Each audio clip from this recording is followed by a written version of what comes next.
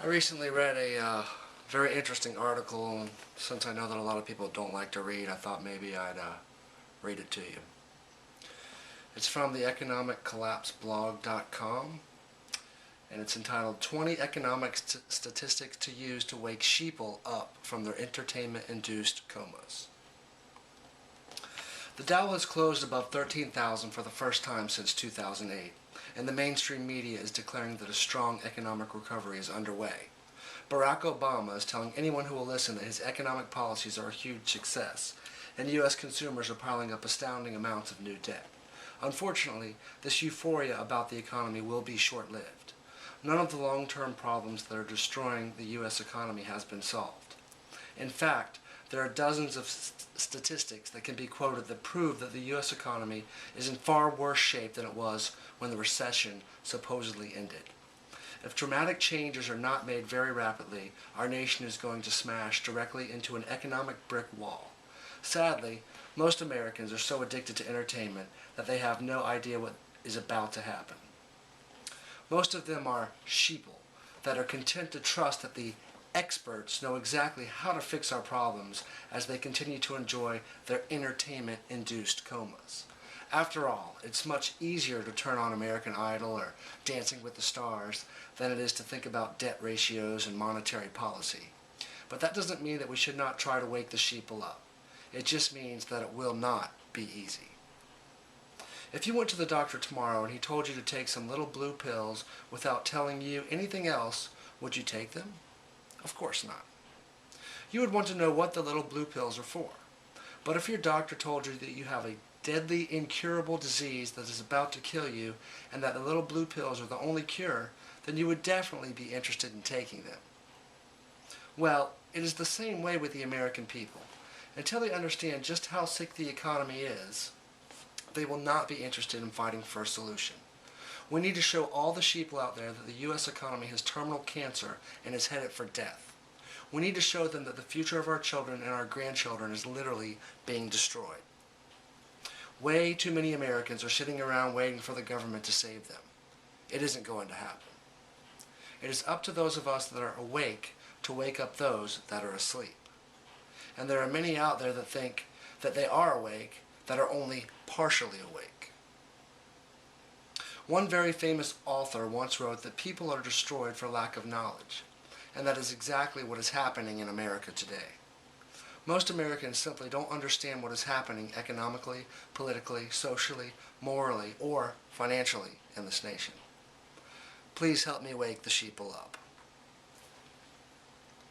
The following are 20 economic statistics to use to wake sheeple up from their entertainment-induced comas. Number 1. The United States has more government debt per capita than Greece, Portugal, Italy, Ireland, or Spain. All countries that are deep in financial hell. Number 2. The European Commission has formally declared that Europe has now entered another recession. German banks are leveraged 32-1, and the European financial system is rapidly approaching a nightmare. Lehman Brothers, the company that caused the 2008 economic collapse, was only leveraged 30-1 when it finally collapsed. Number 3. There are clear signs that economic activity is also significantly slowing down in the United States.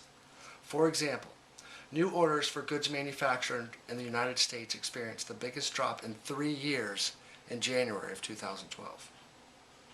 Number 4. U.S. consumers are busy racking up staggering amounts of debt once again. Total consumer debt rose at an annual rate of 9.3% in December. Those Christmas presents are expensive. It is now sitting at a grand total of $2.498 trillion. That's U.S. consumer debt. Number 5. The U.S. Postal Service has announced plans to eliminate 35,000 more jobs. Number 6. There are more unemployed Americans than there are people living in the entire nation of Greece. And if you've been paying attention at all, you know what's going on in Greece. Number 7.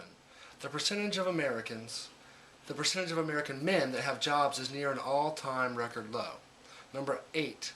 Right now, there are 88 million working age Americans that do not have jobs and that the government says are not looking for jobs. That's the true number of unemployment. Number 9. The average duration of unemployment in the United States is nearly 3 times as long as it was back in the year 2000. Yeah, if you're unemployed, it's going to be a long time before you get a job. Number 10. In January 2009, there were 2.6 million long-term unemployed workers, according to the federal government. Today, there are 5.6 million. Number 11.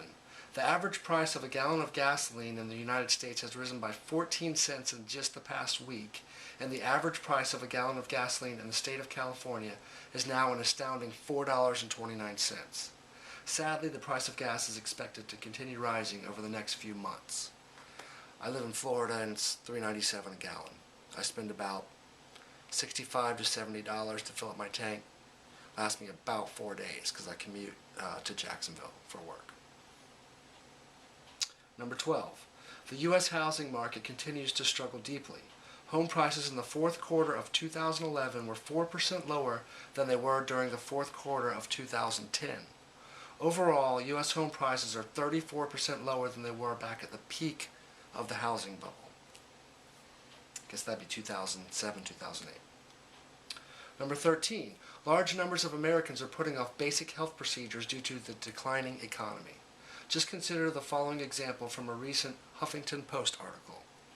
Americans between the age of 50 to 64 got 500,000 fewer colonoscopies or screenings aimed at detecting colon cancer during the recession compared to the 2 years before, according to a recent study from researchers at the University of North Carolina's Medical School.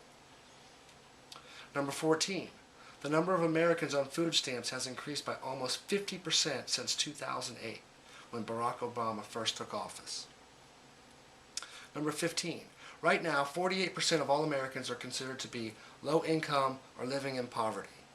48%. 16.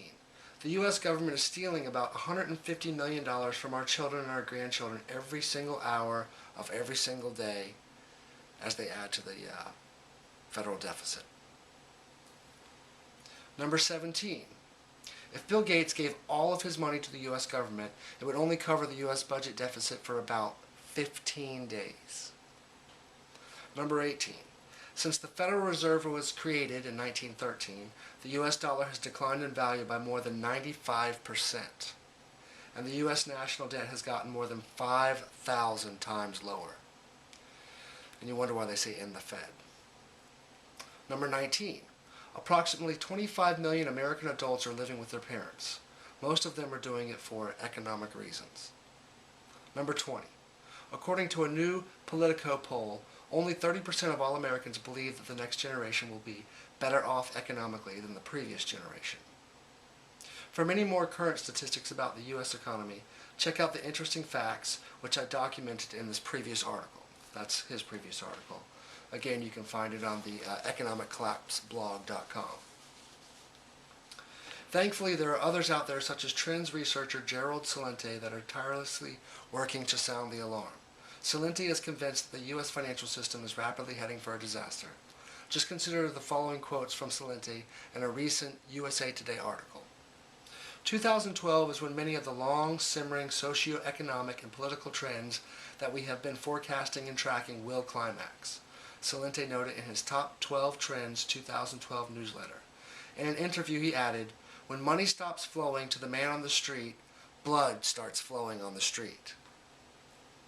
Even some politicians on the state level are deeply concerned about the possibility of a massive financial meltdown. For example, a bill has been introduced in Wyoming that would set up a state-run government continuity task force, which would develop plans for how Wyoming would deal with potential disasters such as a complete meltdown of the federal government, an economic collapse, or major disruption in food and energy supplies. State Rep. David Miller, a Republican from Riverton, has seen the national debt rise above $15 trillion and protest movements grow around the country. Wealthy Americans are fleeing the country, he says, and confidence in the dollar has taken a hit around the world. If America's economic and social problems continue to escalate and spiral out of control, Miller said, Wyoming needs to be ready.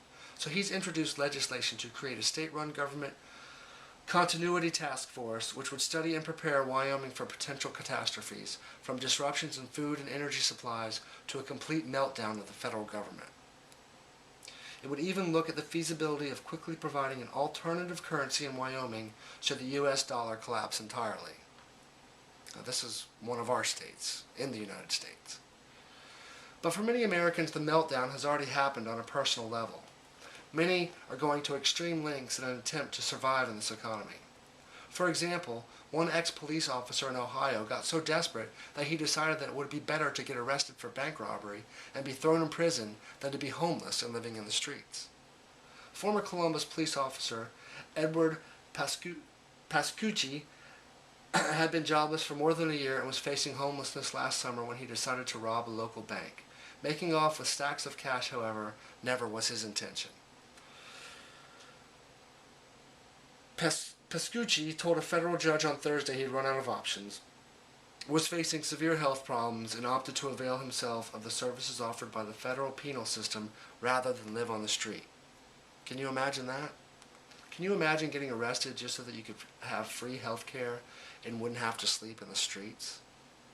Meanwhile, the Obamas are living the high life and seem to have developed a let-them-eat-cake mentality. The following is from a recent article in the Daily Mail. The Obama family just finished a luxury ski vacation in Aspen, Colorado. This comes on the heels of a Hawaiian Christmas vacation for the family that lasted a few weeks. The 2011 Hawaiian vacation cost the American taxpayers $4 million, and a big increase from the 2010 bill sent to the American people for $2.5 million, according to the Huffington Post. Security detail cost a lot of money. Over the past 3 summers, the Obamas have vacationed in the exclusive Blue Heron Farm and Chilmark, Martha's Vineyard in Massachusetts. President Obama has a reputation for hitting every golf course on this island vacation spot for the rich and famous. There is nothing wrong with the president taking a modest vacation, but there is a problem when the political leader of America is taking frequent swanky vacations when average Americans are experiencing economic pain.